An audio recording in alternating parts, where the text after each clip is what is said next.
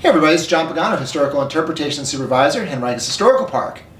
Did you know in June of 1613, Captain Samuel Argall will write a letter back to London to a benefactor named Hawes, describing his kidnapping of Pocahontas, the daughter of Powhatan.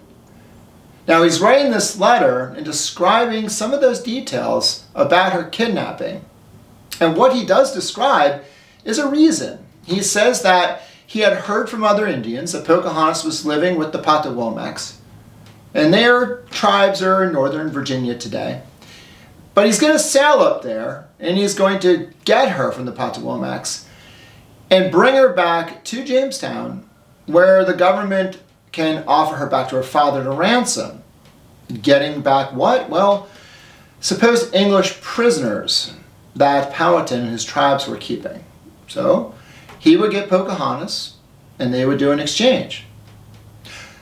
So the details of this are found in Argall's letter, but also another letter in June of 1614, after Pocahontas had already married John Rolfe. You're going to find a document from Secretary Ralph Hamer, who will give all of the other description and details of this abduction.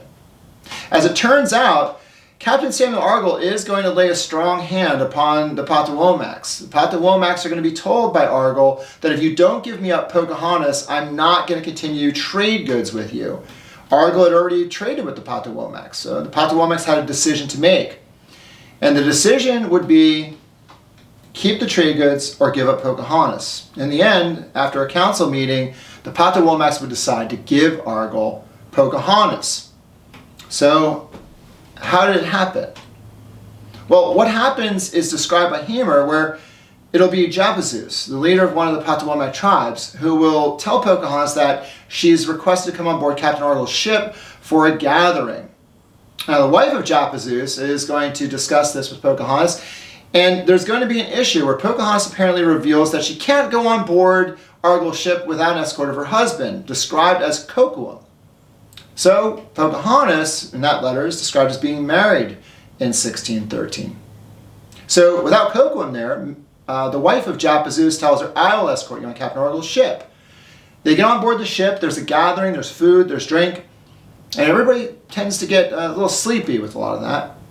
So what they do is they bring Pocahontas into the gunner's cabin on board Argall's ship, and there she'll lay asleep for a while. In doing so, everyone else removes themselves. And Captain Argall sails down the Chesapeake Bay, and now Pocahontas is on board an English ship, sailing away from her home, and brought to, of course, Jamestown.